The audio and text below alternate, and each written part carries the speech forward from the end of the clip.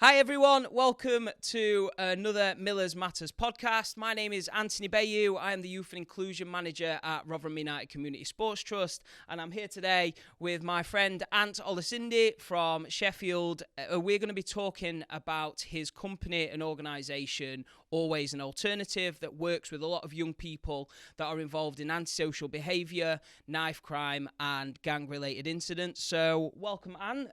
Let's just get started. Can you tell us a little bit about yourself? Yeah, thank you very much. Since we both got Ant, are you big Ant or small Ant? I'll be big Ant today because I don't get that many. I don't get that regular, so I'm taking Ant. it today. Taking it while I can. Anthony Olasindi, from Sheffield.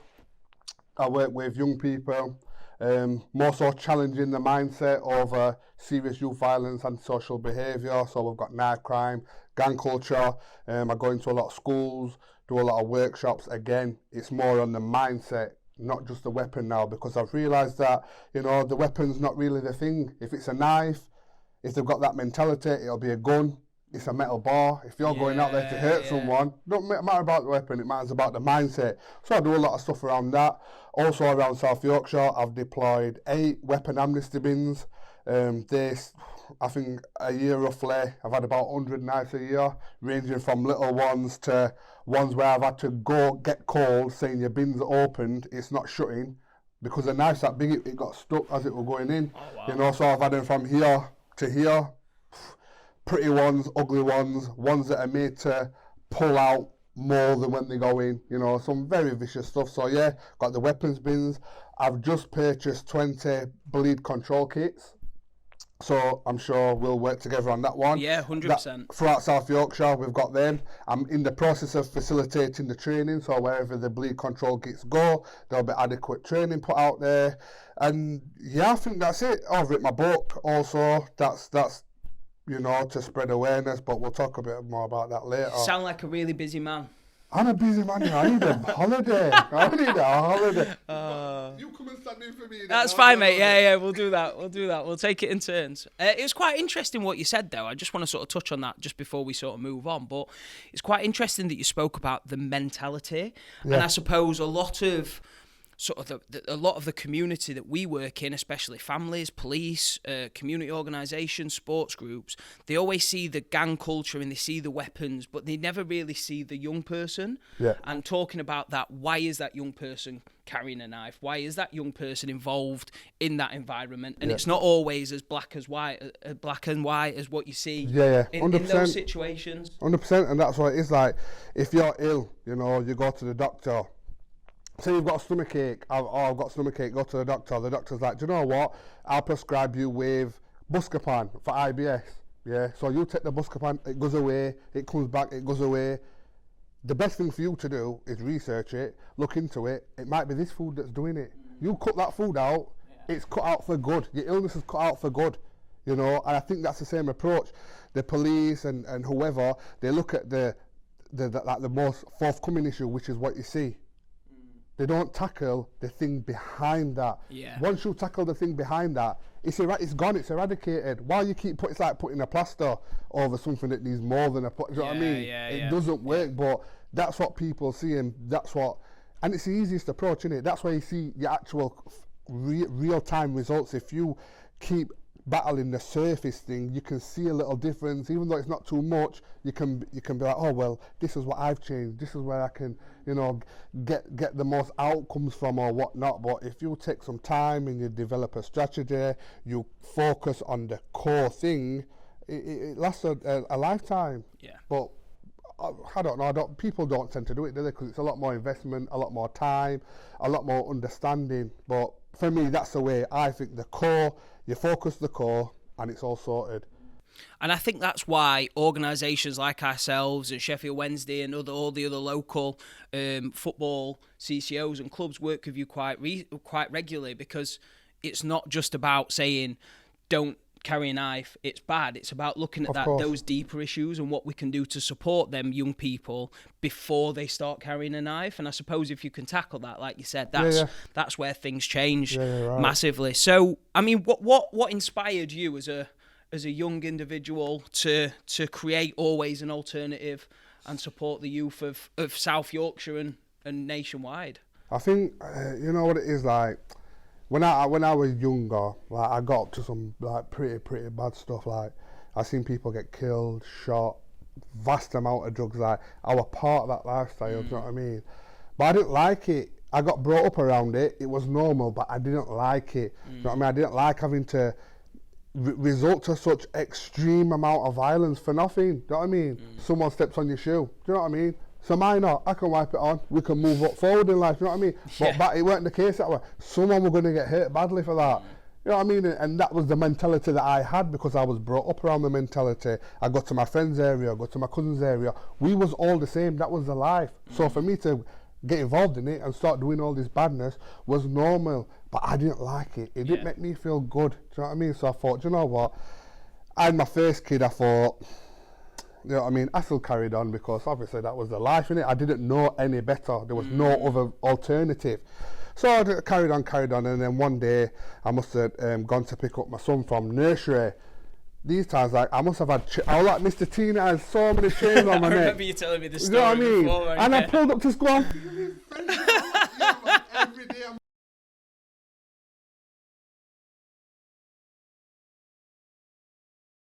this is a bit awkward.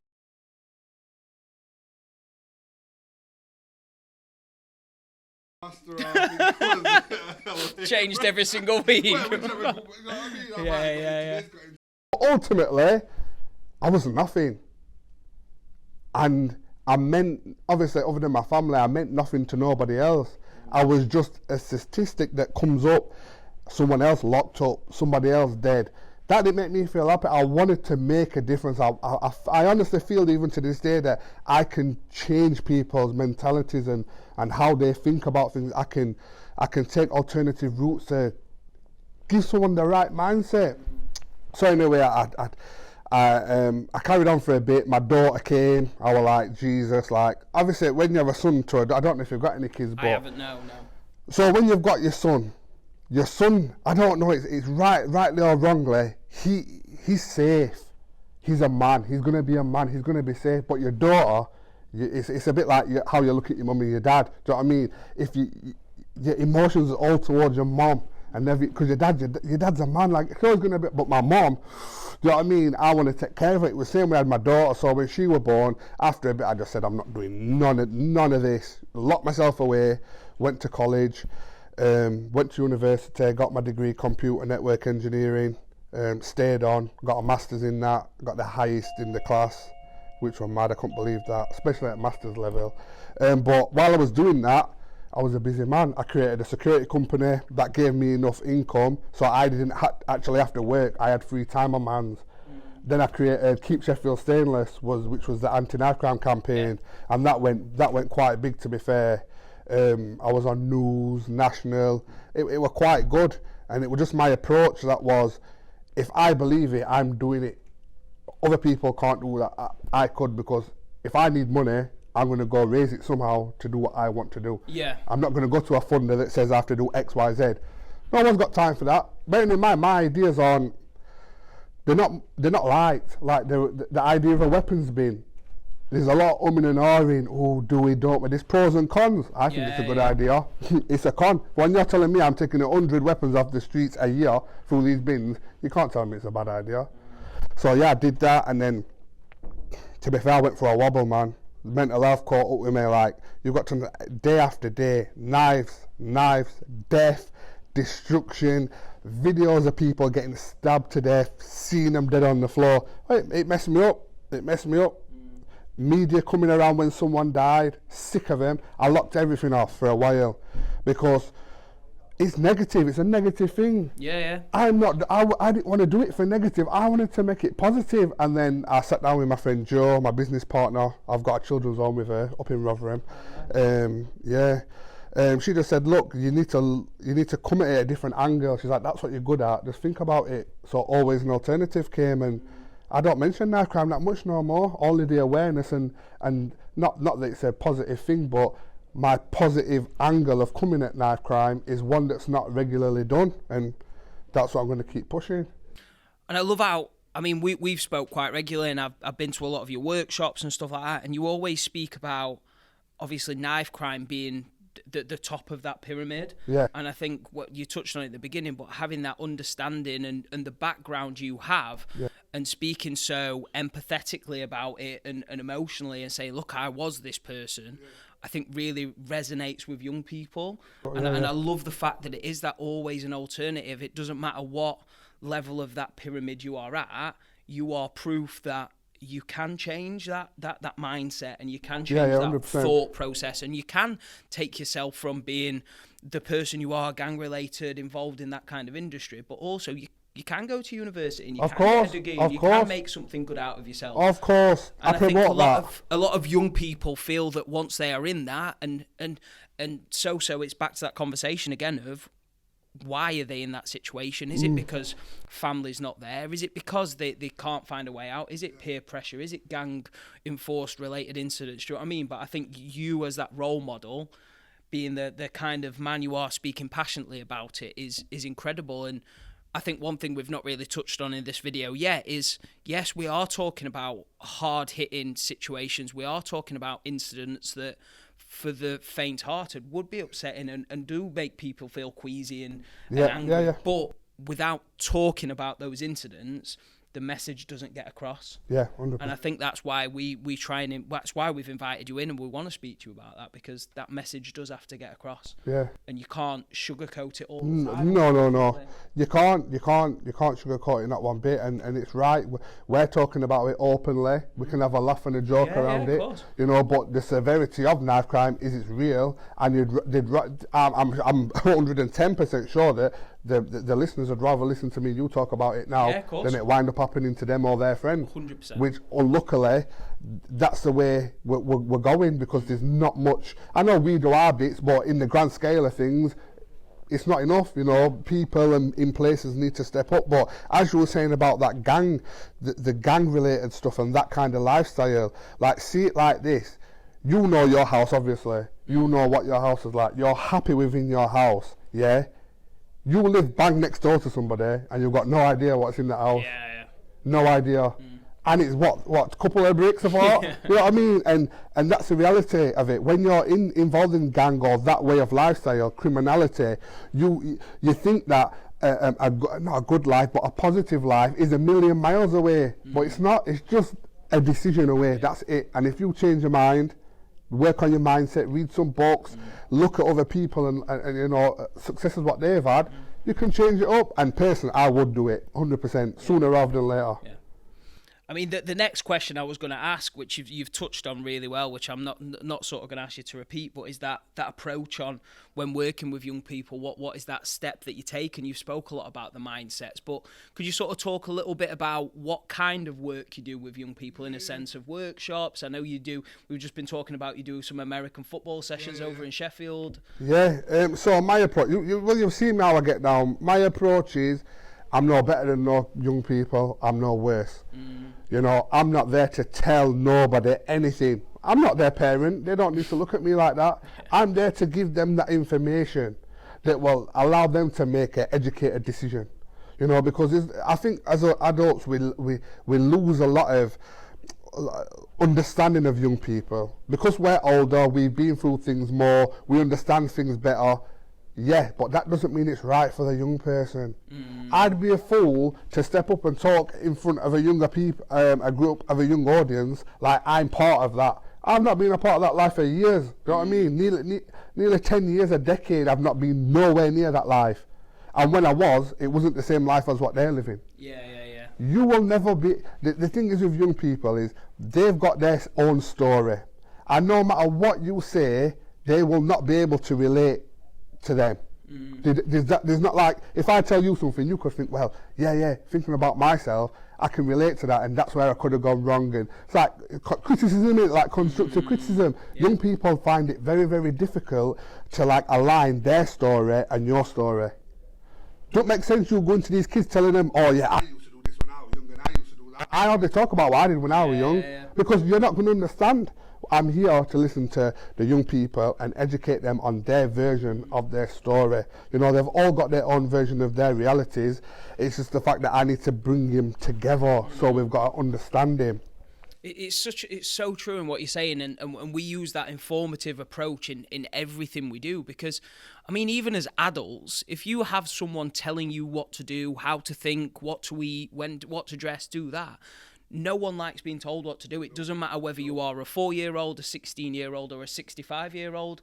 Do you know what I mean? And I think what you've got to take into consideration with young people around that age as well, they're going through the adolescent phase where their body's changing, their mindset's changing, relationships. Do you know what I mean? And they're living in this completely unknown world.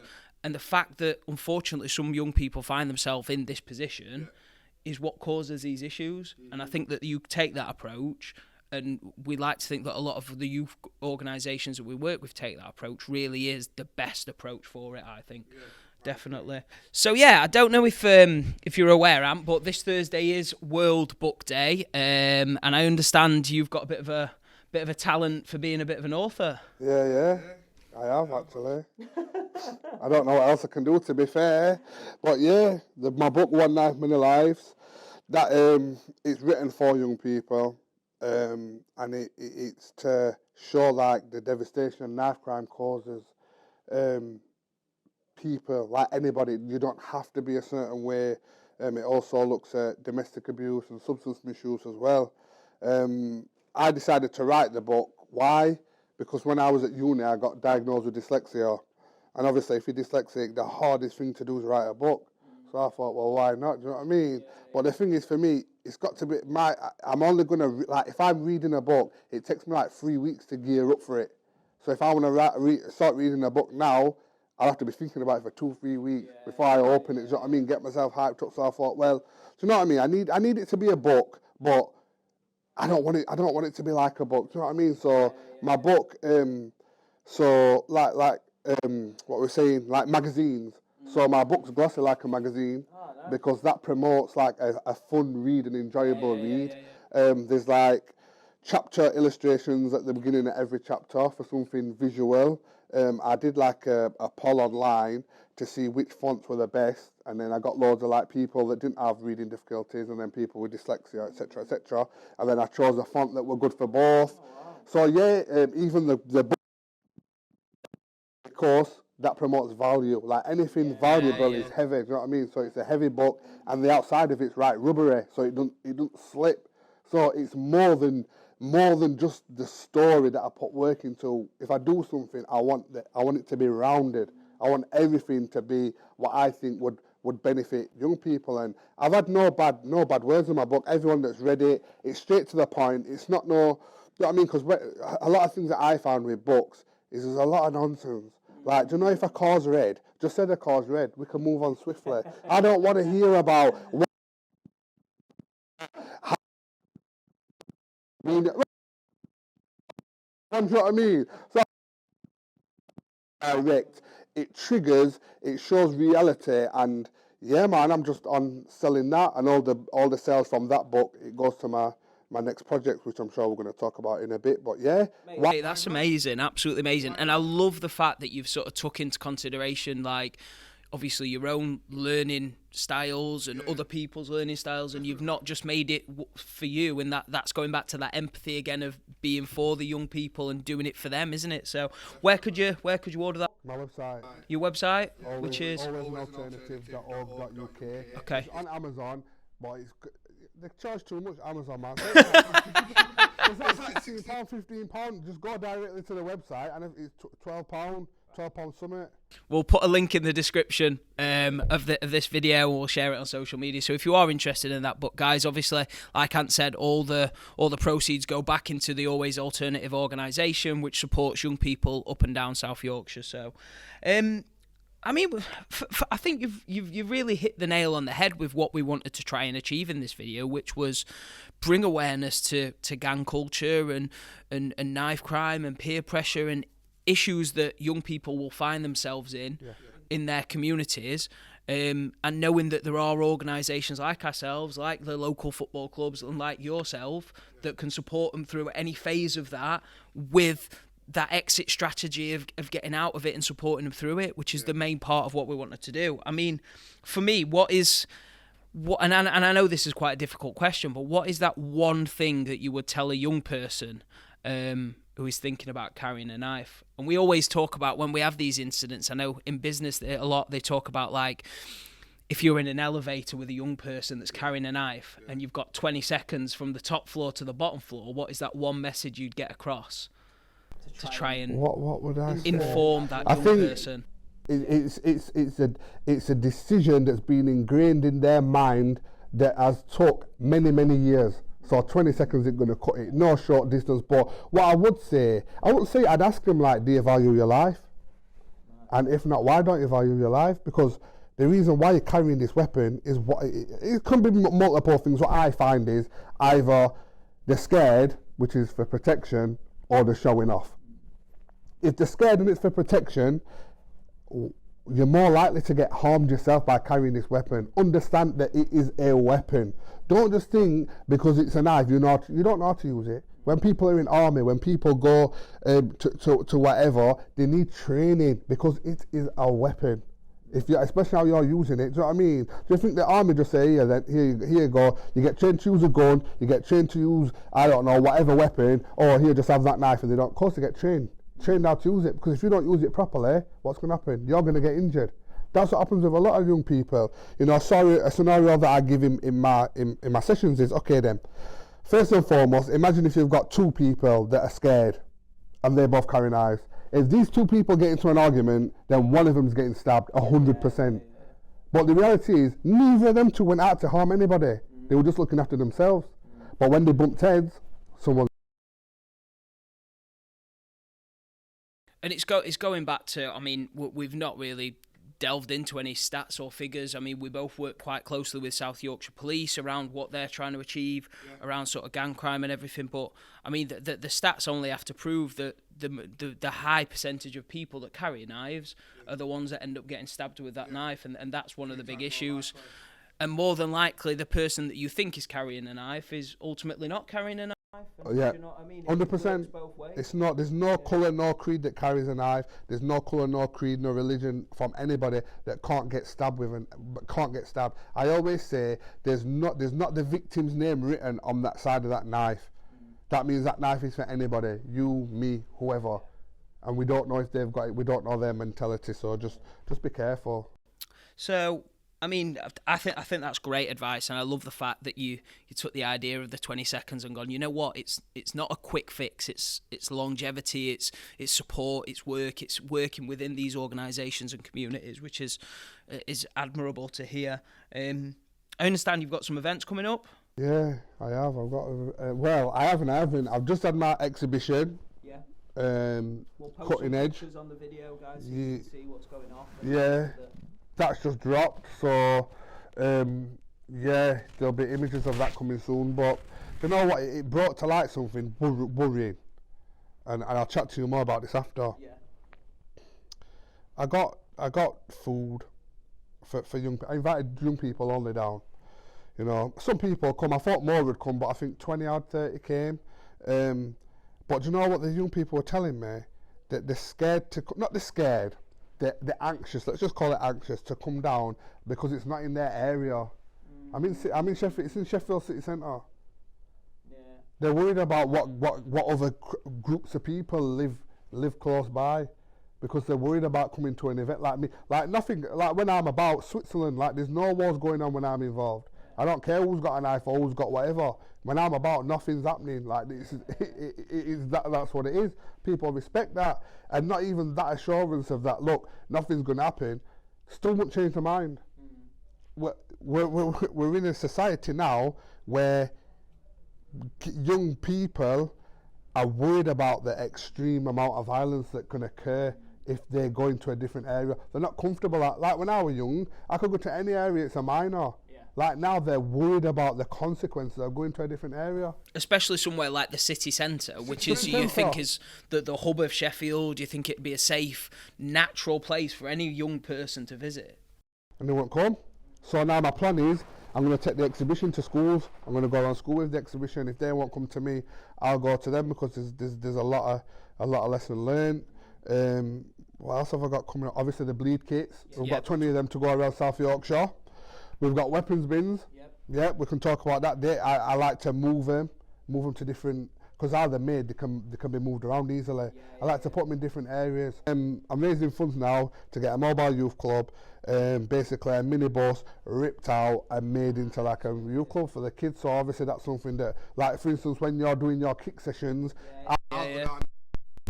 people that will meet me there will mix with your young people. They can play football, we'll have basketball, table tennis, snooker, DJ stuff, a quiet place to talk in the van as well. So that's what I'm aiming toward. I love it, and you're doing such an amazing job, and I'm sure the viewers have probably seen you on TV all at the time. I mean, you were on the news recently, you're all over social media picking up. Have you just picked up an award for something? National Diversity Award for positive role model. Congratulations, mate. That's incredible. The fact that you're putting all these things in place. I mean, just to finish off for us, obviously for people that don't know, we run Premier League kick sessions up and down Rotherham. I think we have about 13, 14 sessions in total.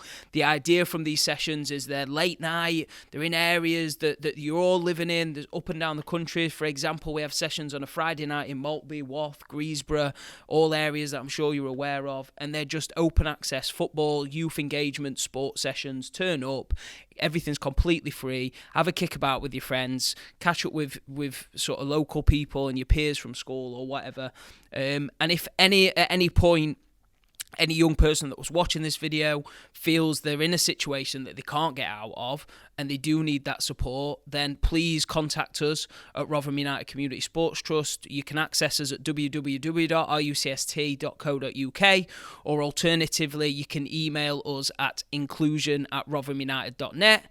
Or alternatively, if you don't fancy that, you can give us a call on 01709 827 767. I'll put all those details in the description below and in the comments, just so you can get that if you needs be, guys. And I'm sure, obviously, Ant's got his always an alternative website, and your contact details are on there. Yeah. So if at any point you feel like you want to reach out to Ant, maybe have a bit of a chat with him or buy his book, then we'll put that description on the bottom as well. But for now, mate, I just want to say thank you for coming, and thank you for sharing your experiences and your voice, which has been, I'm hoping, really informative for the young people and parents as well, and adults that have been watching this podcast. So appreciate it, and we'll see you all soon.